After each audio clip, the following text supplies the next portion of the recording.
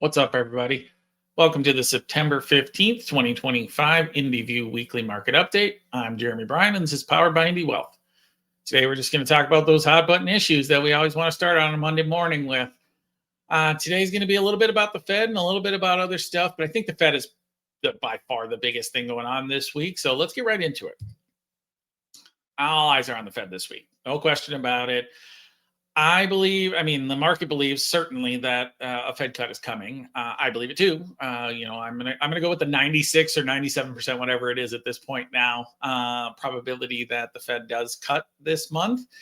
I think the comments are probably the bigger key because the market is really pricing in 3 cuts by the end of the year. So they're thinking cut for the next 3 meetings, and the jobs report would agree with that. I think that, given we've had 2 pretty weak job reports, and that's a central part of the Fed's mandate, I think it's accurate to think that they're going to start cutting to hopefully help support that. Hopefully, at least not stifle off enough that we go into heavy contraction in jobs.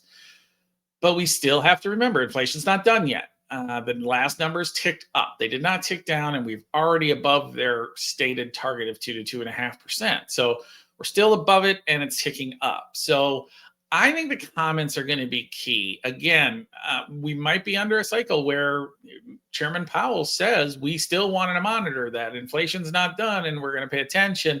That might lower the probability of cut, right? But I think that's what people will be looking for. Our thesis here, again, I think we'll see at least one. I think we're going to get one here now. We may not get 3. I think we'll probably get at least 1 more unless we start to see a reacceleration of the numbers that changes that thesis. It would be either a reacceleration of job growth to where, things aren't as bad. I still think we're going to cut in that scenario. But a reacceleration of inflation, to where we'll start creeping up in that mid 3s to high 3s, maybe even 4% range. Don't really see, outside of tariffs getting re-implemented on an aggressive basis and that kind of stuff coming in, don't really see a big case for that. So I think 1 more cut is likely this year. So I think 1 to 2 and potentially 3. But I'm not as certain. I think the market, again, is at a 74% probability of 3 cuts. I'm not quite at that level, but we'll see.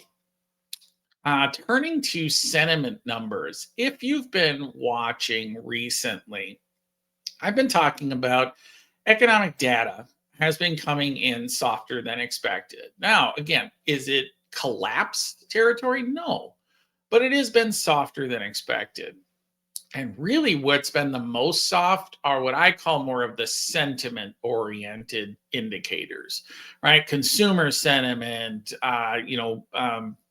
manager sentiment, these kinds of things that they measure over long periods of history, saying, how do you feel about what's going on in the markets? How do you feel what's going on in the economy? How do you feel about your job? How do you feel about hiring in the next?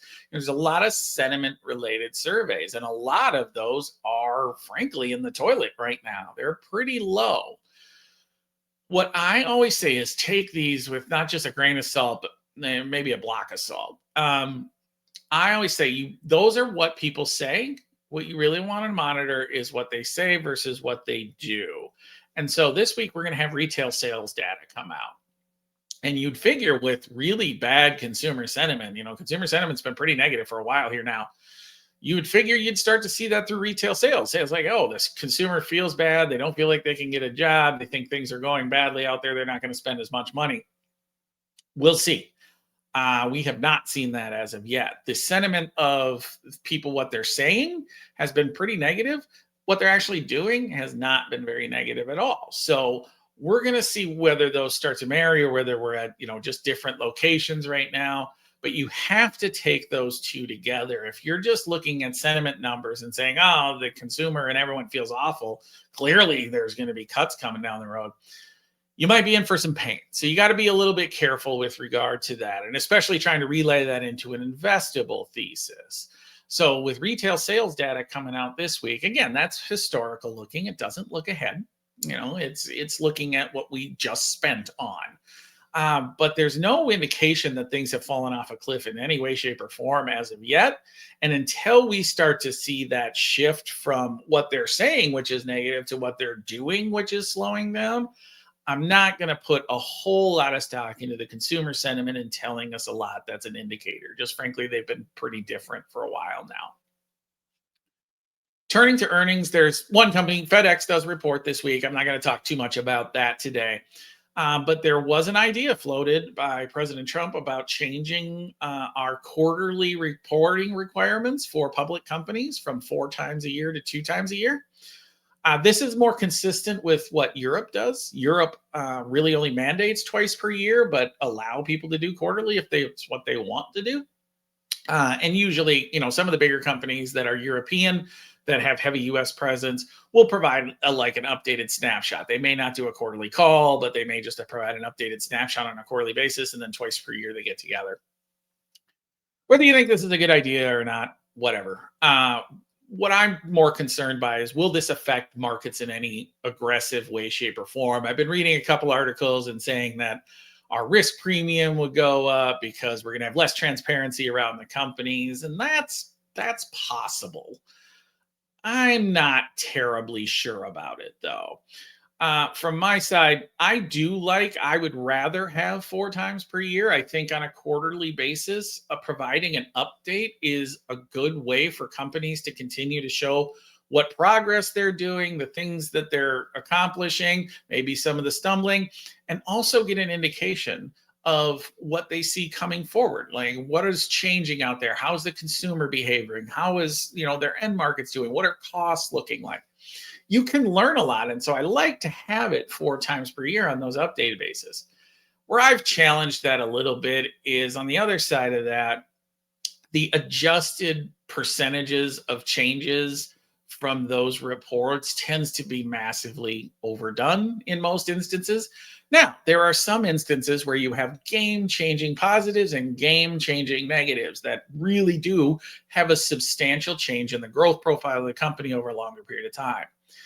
But these aftermarket earnings reports where they come out and they say, we're going to do this, and we're guiding for this and this.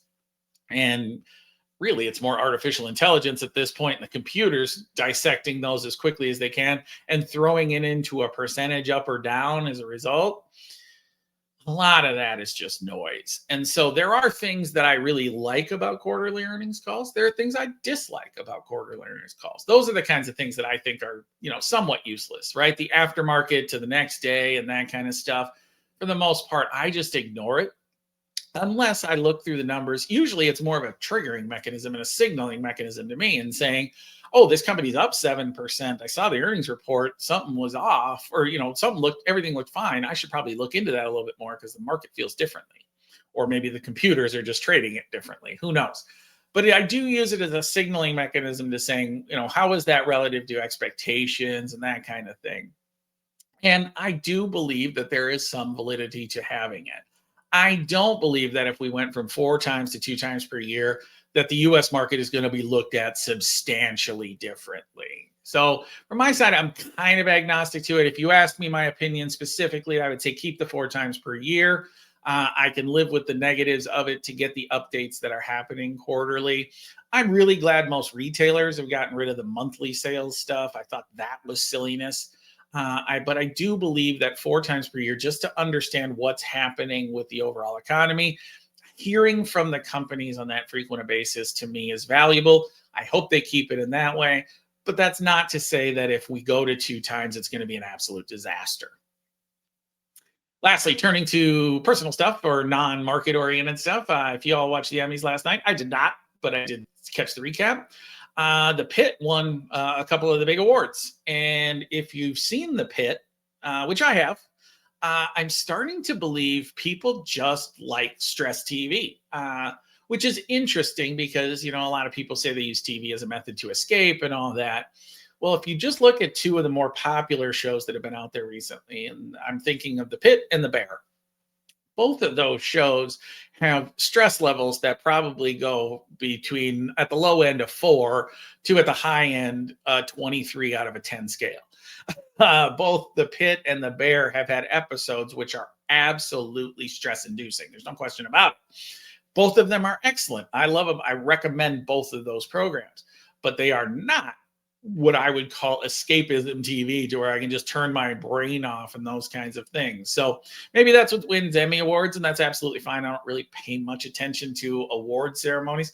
I just thought it was interesting that a show like The Pit, which again is pretty stress inducing show, I thought it was very well done.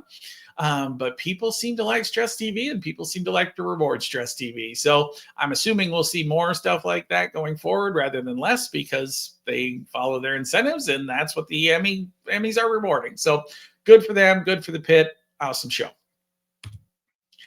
So that's all I have for this week. Tune in next week where we'll have our next hot button topic. But until then, thank you and take care.